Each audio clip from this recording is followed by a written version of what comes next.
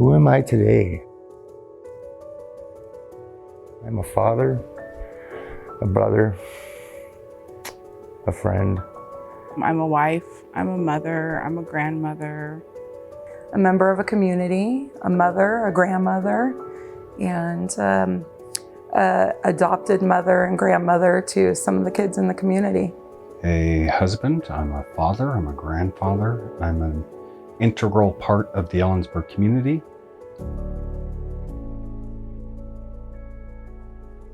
Most of all, a person in recovery. Today, I'm a woman of long-term recovery.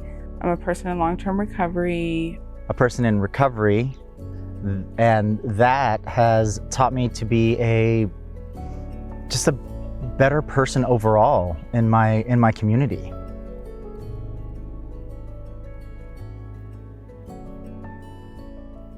When did I notice I had a substance use problem? Basically, when I started.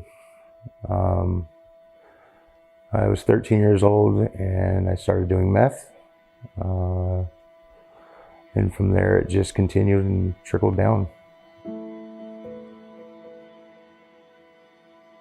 I'm from South Dakota, came from a middle class family. Grew up right with an older brother. He went to the military and I decided to do a life of crime and addiction. And due to that landed me 19 years in prison and over a course of a long time. But and then I came here to Ellensburg because the drug laws there are very, very strict, so we came out here. And I got clean out here again. Even though I was clean there for 10 years, I came back out here and got clean again out here.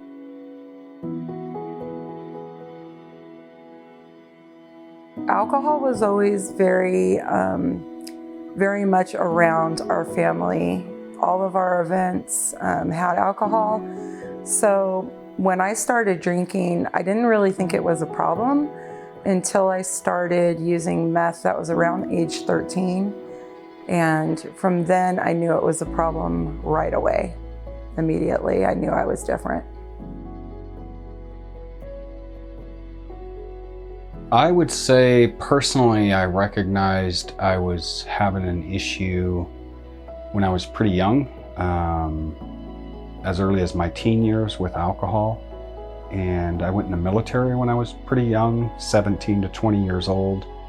And there was a lot of recognition there by myself and by others.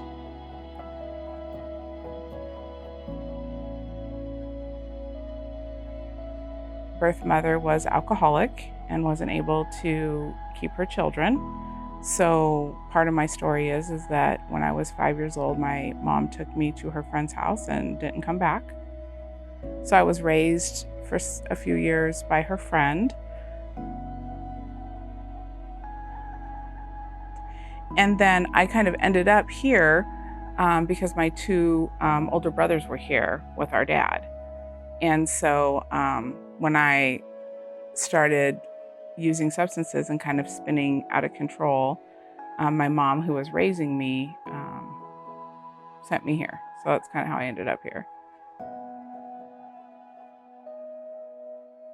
When I was younger, we had a really good life. My stepdad was working for the military, and so we had the nice house and, all the nice things. But then in my teen years, that's when things started to go a little south. When we went to Phoenix, my home life started to not be so positive. There was a lot of fighting, there was a lot of trauma. And I think that's what led me to addiction.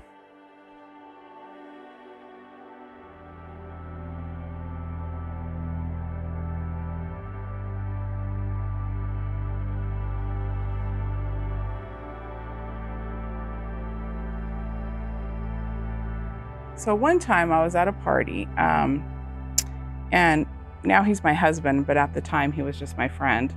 And we were at a party and he kept having to go to treatment all the time. His parents kept sending him to treatment for his drug addiction. And I remember being at a party and we were drinking, and he was like talking to some guys at the party, and they were asking him if they were alcoholic. They were like, well, are we alcoholic? And I was just like observing them. And I remember him saying, well, you hang out with me, don't you? And I had this moment where I thought, I must be an alcoholic. But it didn't really mean anything to me, you know what I mean? I didn't really know what that meant. I mean, I guess I thought it meant someone who drinks too much or drinks all the time or whatever. So it really didn't, it wasn't like I realized I had a problem. I just kind of had a moment where I went, okay. And then some years later, that same person, who's now my husband, left me a note that said, I still have the note somewhere, that basically said, you know, I'm watching you die and it's too painful and I love you very much. But if you don't get help, I'm gonna have to move away from you. I'm gonna have to, you know, back away from you. And I think that in that letter was the first time in my life that someone loved me. Like he wasn't judging my insanity. He was saying, you know, I love you and you need help and I'll help you, but I can't, you know, help you die kind of thing.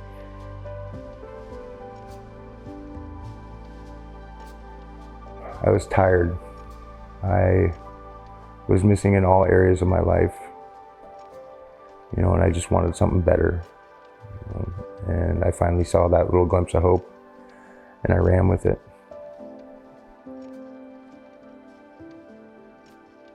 The culture that I grew up in, the gay culture, when I found the bars, it was over. It was over. It was all drinking all the time and everything all the time. And finally, one of my friends was like, have you thought about AA? And I said, I mean, I think I know what that is. But I still didn't think I had a problem, even though my life was horrible. I had a legal intervention that motivated me to seek recovery and led me into having a court-ordered evaluation, court-ordered treatment, and fortunately, I have been clean and sober since then. For me, there's been a couple pivotal points. I always say I made a lot of attempts in my younger years to either reduce drinking or stop smoking marijuana and just drink, or, you know, kind of doing the trade-off. So there were some attempts there, but it was in my mid-20s when I met crack cocaine and then methamphetamines, where the consequences of the use of those substances were much greater than with just alcohol and pot. So those were the years where I really started making some significant change, and it was due to access to resources in the form of treatment and counseling and a plethora of resources where I was able to really make significant change.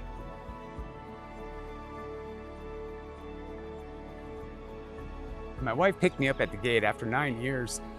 I was tired. They got me. You know, you play cops and robbers for so long, for 40 some odd years, man. They win. So I got tired. And, you know, I show emotion because I know that day, I know that feeling. Holy piss, I was tired. I was done. I couldn't do it no more.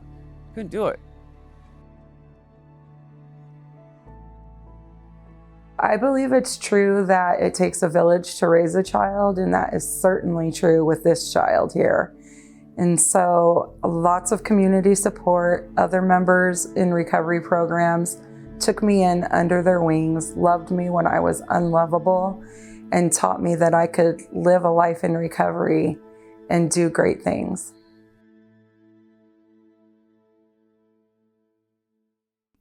Oh, this community is so special. Ellensburg is just incredible with recovery. So when I moved from Yakima to here, I actually moved with a friend of mine in recovery, and I moved into a sober living house.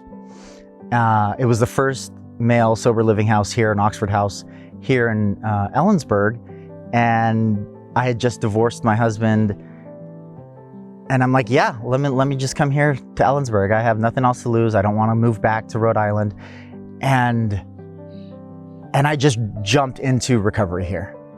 And for me, I tried the Alcoholics Anonymous, but Narcotics Anonymous is my home in recovery. I just knew I fit as soon as I walked in, and our community here is so welcoming and just wraps you in their love and acceptance, and that's what I needed.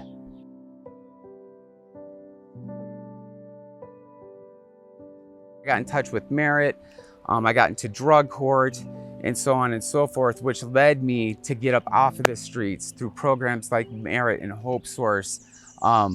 The community rallies around a person to where if you're trying to do what you need to do, they're gonna help you. They do that stuff. My name is Jillian. I am a family medicine doctor. I practice in Yakima most of my time, a little bit up in Ellensburg. A big part of my role is the work that I do in addiction medicine. And so in addition to teaching student doctors and resident doctors about addiction, I also am the medical director for a siloed Suboxone clinic. I think the most important thing to know about recovery is that it's not just the absence of substances. Recovery looks different than that. Recovery is getting back to a functional life. Recovery is getting back to your job or repairing the relationships with the people that you love, or being able to catch up on your medical care that you haven't been a part of. And so, again, when we're kind of considering is somebody successful in their recovery, even if people have falls back and forth between substance use and not, that doesn't mean that they're necessarily not successful in their recovery.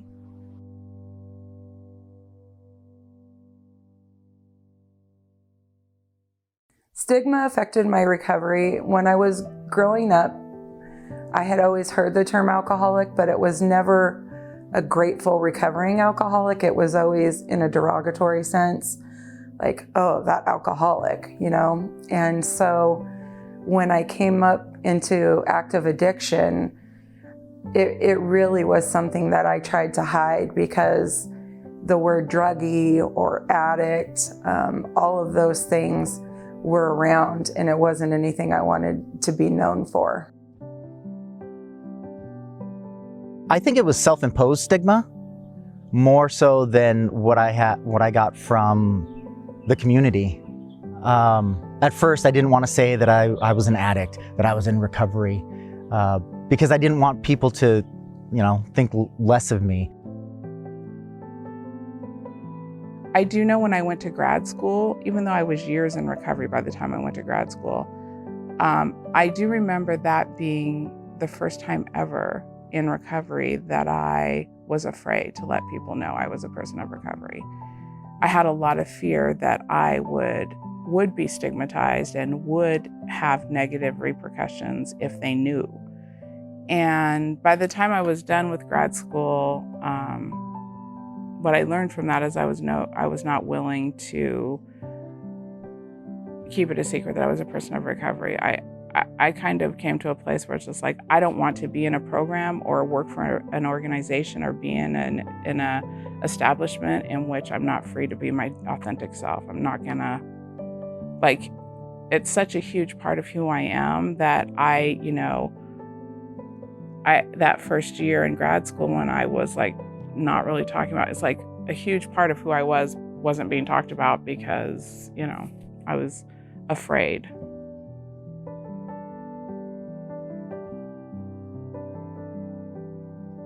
So I don't usually, unless I know you on a personal basis, I won't tell you that I'm an addict. I'll let you find that out if you're just an acquaintance, but if you're a friend, I tell you. And I don't, as for me with the stigma, I don't care. I'm happy. Cool. I don't drink, I don't drug. You do or don't, I don't care. I'm happy the way I am. I do these things to make me happy. So the stigma's there, yes, but It's all whether or not you want to believe in that drama. I think it's getting better. I think we're making progress. I definitely say that in the context of like the medical profession. I think that I'm really pleased with the difference in response that I get when I'm speaking to my colleagues or my staff outside of, our special addiction medicine world. And I start saying things like, hey, if this person asks you for medication, it's because they're suffering from withdrawal. It's not that they're, we've used terminology like drug seeking or things like that in the past. And I see more acceptance than I have in the past. So I think that's a beautiful thing. I do see other areas where we're decreasing stigma. I think that I think of like the hospital work that we're doing and really trying to work hard on examining the biases and how we screen people for substance use and what we do when somebody is using a substance. And so I do think that I see decreases in stigma. I think we have an extraordinary way that we still need to go forward on that. Since my recovery, I definitely feel less stigmatized. It's always there, but you're also being looked at in a different light with people now within the community.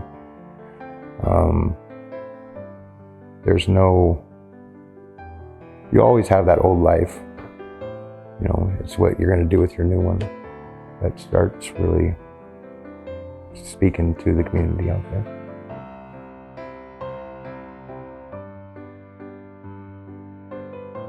I think a general, I don't want to say acceptance, but openness to hearing my story and seeing the value that I have in my life today, and seeing, because it's not just me, my wife, my son, we're all in recovery, seeing that, oh wow, they work here and they live here, and then being more open to listening to my whole story and accepting me. The things that sustain me now are family, other members of recovery, the kids that I work with, the community organizations I get to partner with. And it's just really fortunate that through recovery, I've been able to, with the help of others, build a life that is remarkable beyond my wildest dreams.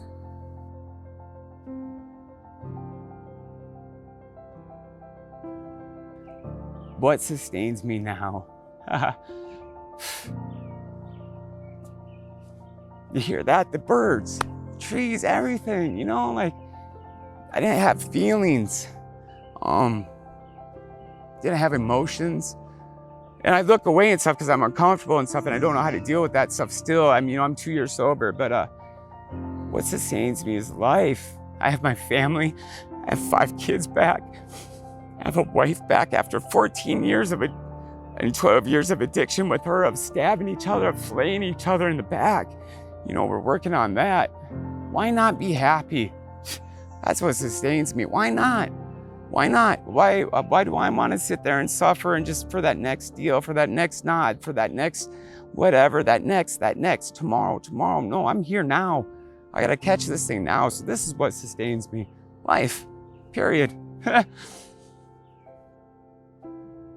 There are over 25 million people in recovery today. In our county alone, we have hundreds, maybe 1,000 or 2,000. I don't know what that would break down to, but we have many people in our community in recovery, and it's a good thing.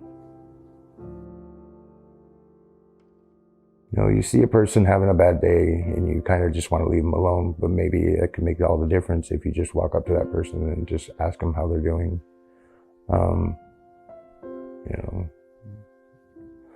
You only lost for so long. I think with, just people being aware and, not shunning people away that are literally dying for help is going to be the one key to people saying, hey, I can do this.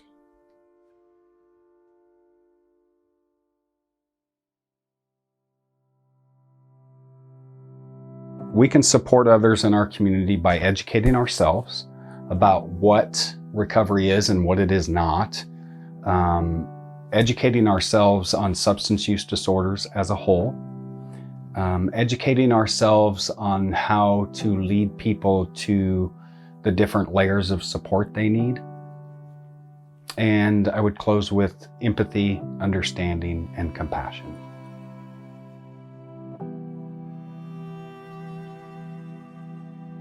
Like, I never thought I could have so much fun in recovery.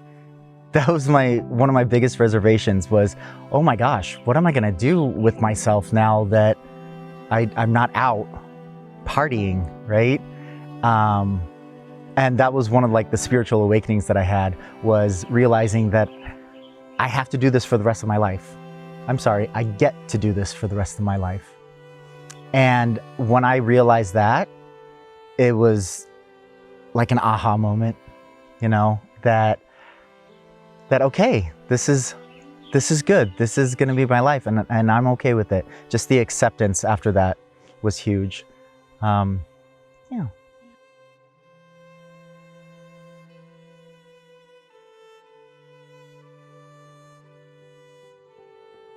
This recovery process has worked for 10 years. I've known that. So on this 2 years, when I hit 2 years, I know for the next 10, I'm good. Like, I know this process works. So just knowing that and having that in the community that people back through different programs like Merit and Hope Source and different funding and stuff, and to have a community like that, you don't get that. So yeah, like I thank everyone. I thank the people that see me homeless, that see me wrecked out, that threw me the $5, you know. Cool, I was homeless for 4 years, made the struggle, you know, and now I got a beautiful life.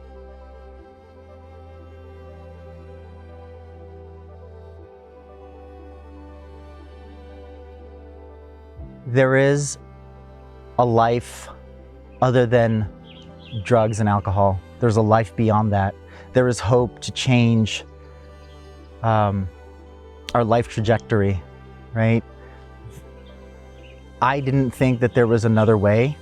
Like, I just didn't. For 20 years, I thought that that was all I had. Today, everything is opened up. Everything has opened up. It's just, it's a gift. It's a gift of recovery. If you put in the work, it just doesn't happen overnight, but there is absolutely hope.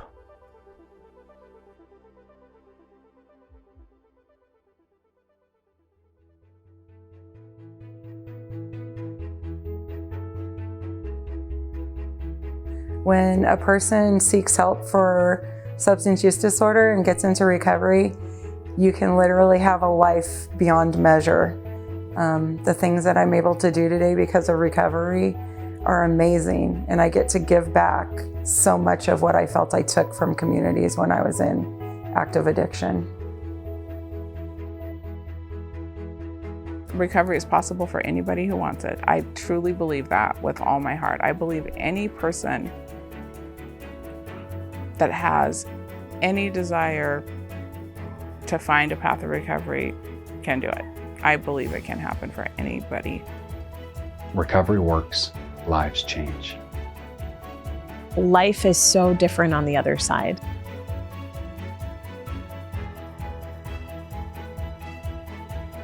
Through this video, you're gonna see examples of people.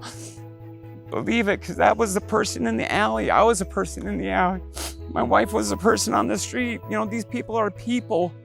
They got wives, kids, family. You know, that homeless person that you drive by might have a child that you don't know about. People are people and human are human. Just think twice. Just think twice. They're human too. We all are.